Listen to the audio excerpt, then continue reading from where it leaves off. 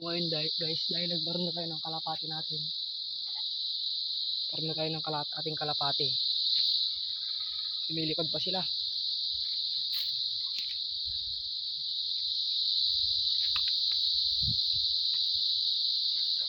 Lumilipad pa ang ating mga kalapati. Nagparonda ako ngayong hapon, alas 3. Mas bibigyan ko din kayo ng tips para hindi kayo layo ng inyong kalapati. Unang-una, huwag nyo silang papagalitan pag mabagal silang umuwi sa karera. Huwag nyo silang papagalitan. Basta, karera kayo ng karera. Mas mabagal silang umuwi. Hayaan nyo lang silang mabagal umuwi. Hantayin nyo sila ang bumilis.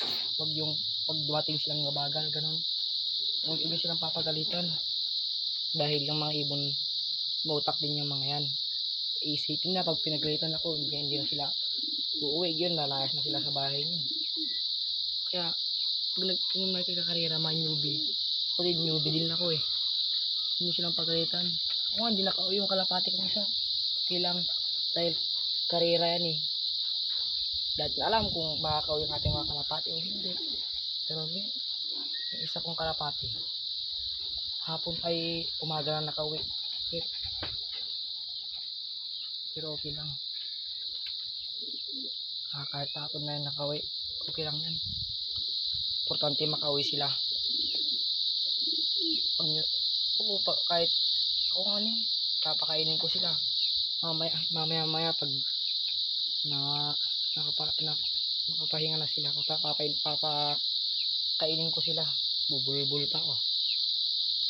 Ito, binubuo ko lang breeder.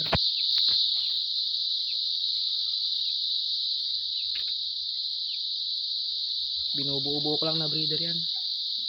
Dahil malay mo naman pala rin tayo sa next na karera. Hindi mo na ako naglalagay ngayon kasi walang pera. So yun, ganun lang gawin nyo. Huwag silang pagalitan pag mabagal man silang umuwi. Ganun. Hayaan nyo lang silang pag kung mabagal man sila, okay lang yan.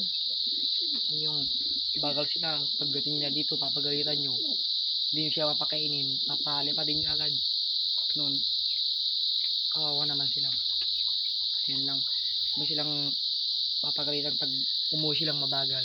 Yun lang ang tips ko sa inyo. Tapos, comment kayo kung anong pwedeng gawin para bumilis ang kalapati. Dahil ako hindi pa naman mabilis ang aking kalapati. So yun. Kamaya muna. Papakainin ko muna ang kalapati ko. Tapos yung guys, papakayatin ng mga kalapati na natin. Lang at kukuha ko ng pagkain nila. Pantay muna. At kukuha ko ng pagkain nila. Wait lang.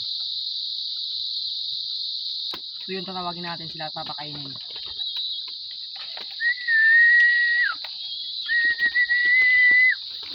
Pamatin unti.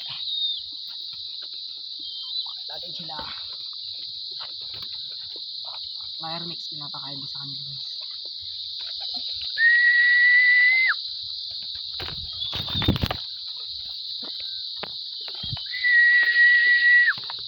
Kaya pumasok ng isa. Wait talaga nyan.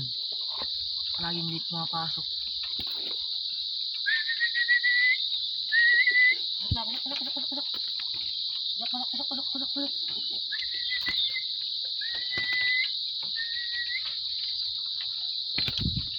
Pinakpanak ko sila lahat. Ay, tumba pa. Panak ko sila lahat. Nawawa naman yung isa kong red bar. Ayaw kasi nung pumasok kaya nawawa naman. Yun guys.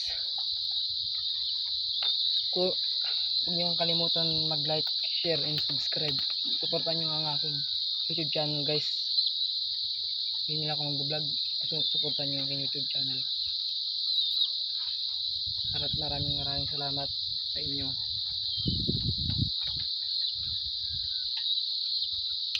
Yan, papakain natin mga kalapating natin.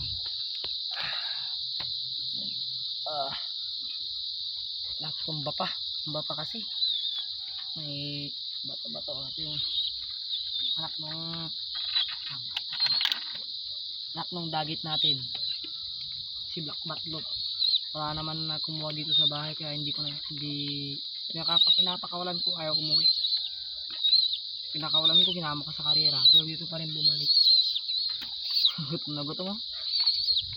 Gutom na gutom isa. Kalapatids, gutom na gutom siya.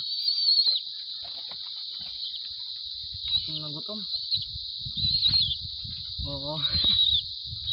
Gutom na gutom mga kalapatids. Dumi-dumi na ng ating loob. Hindi pa tayo nakapaglilinis. Kain ka na mamaya. Diyan na. Kain ka na mamaya. So yun, hindi ko na pinalitan ng kanilang tubig.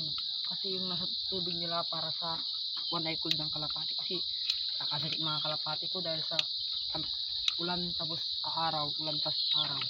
Hindi kakasakit ng pati mga kalapati. Mata nila. Namatay na ako ng dalawa dahil sa one eye cold. Hindi gumaling yung mata. Hindi na kumakain. Patay sila.